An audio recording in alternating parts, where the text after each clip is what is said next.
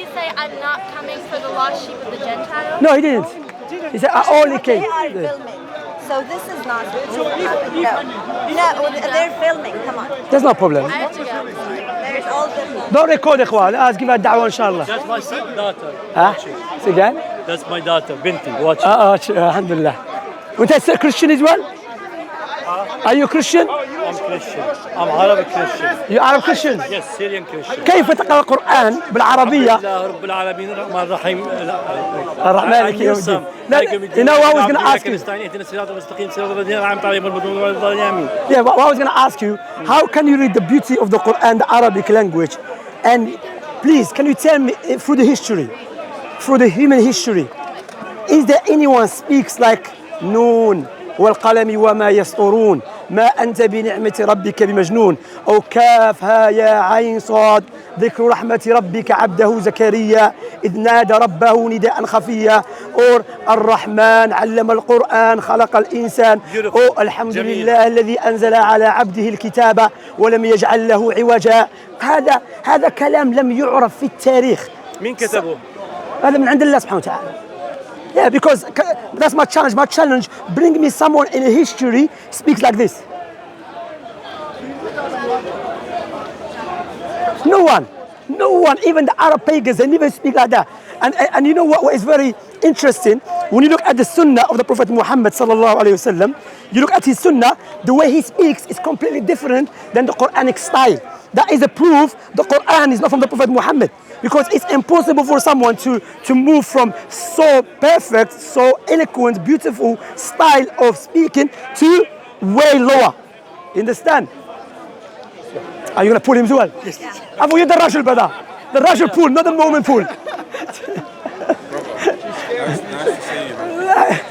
I watch you on YouTube. I watch you because I was born a Muslim. MashaAllah. You're not going to like this as well. No, you can say anything. I'm here to respond to it, inshallah.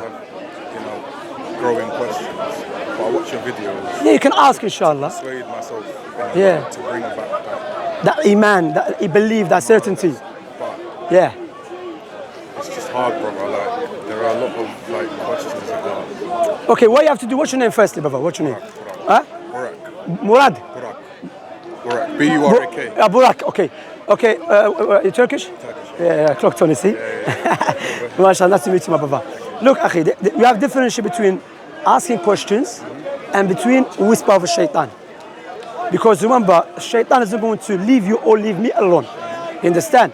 So if you have questions, we are here to answer it according to our knowledge, according to our abilities. Yes? But also there are certain questions should not be asked, not because there's no answer for it, because the question itself is sophistry. You know what is sophistry? For example, let me give you an example. I know that's stupid. That is stupid. Or if God's able to do the Christian argument, if God's able to do everything, can he become a man? That's sophistry. Do you know why? I don't have questions. No, I'm not saying like that. Because if God become a man, the man is limited. But God has a limited power. So that's a paradox. Doesn't make any sense. But if you have any questions, then also there is a question that some Muslims have. It's based upon liberalism or secularism or atheism foundation. You understand? So he's been heavily influenced by liberalism or atheism or secularism, and he thinks Islam opposes sound reasoning. But Islam doesn't oppose sound reasoning. Islam opposes the opinion that has been influenced by. Do you understand my point? Yeah. So if we agree with that, so what is the questions you have? Like, for example?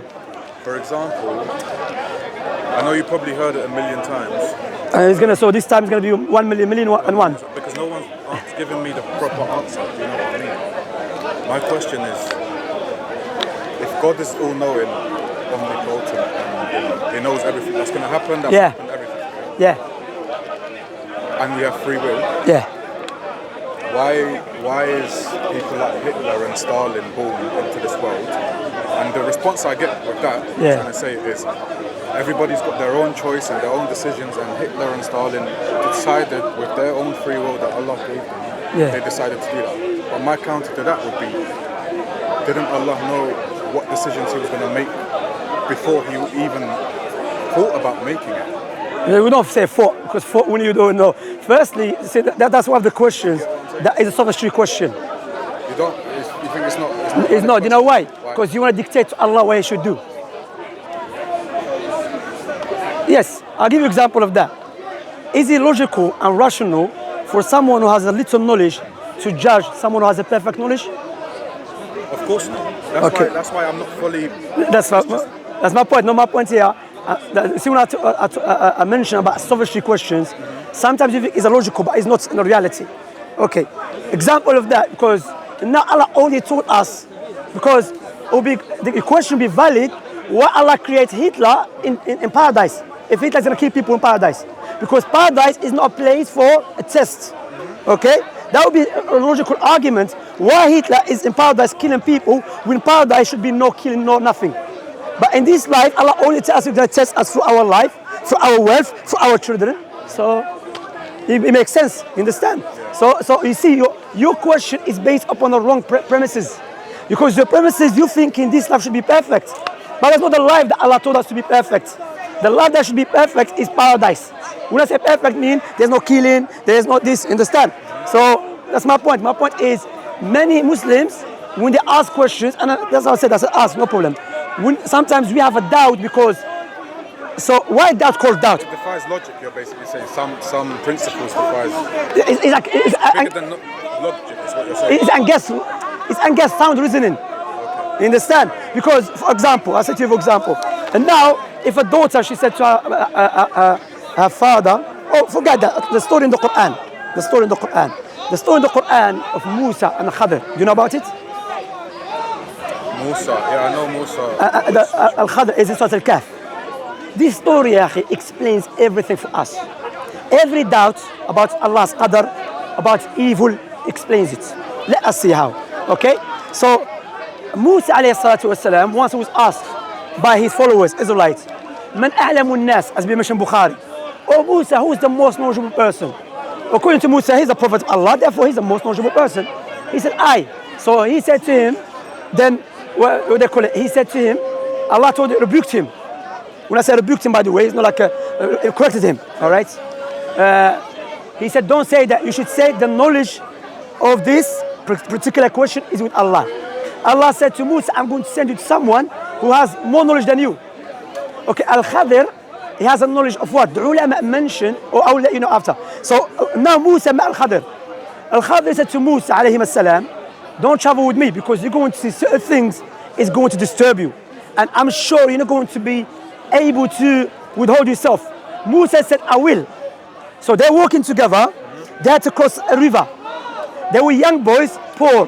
They had this boat, they were utilizing it to work, to make money from it, to help people to cross from one side to the other side. They knew Khidr, he was a righteous man, so they allowed him to boat for free, okay, to jump on the boat for free. When they dropped them off, Al-Khidr scratched the boat. Wow. Musa said, Musa said, what are you doing? These young boys, they just helped us, you scratched their boat. You and I, and all of us here, if we saw Khidr doing that, we will call Khidr, what is it? Evil man. Yeah. Look, people did favor to you, took care of you, and you scratched their boat. Khidr said to him, I told you, you're not going to be patient with me. He said, carry on. He said, I'm not going to ask. Carry on. Second time they're walking, they saw a young boy. Khidr went and killed him. He said, how dare you? You killing a young boy. He committed no sin. Why are you killing him? See, now if all of us standing here and we'll see Al-Khidr's action, all of us, we're going to misjudge Al-Khidr's action. Why? Because Al-Khidr, Allah gave him ilmul ilal. What is ilmul ilal? The knowledge of the outcome. We know the knowledge of, because there's two types of knowledge. There's a hidden knowledge and there's a knowledge which is dahir, manifested knowledge. Allah possesses both of them, all right?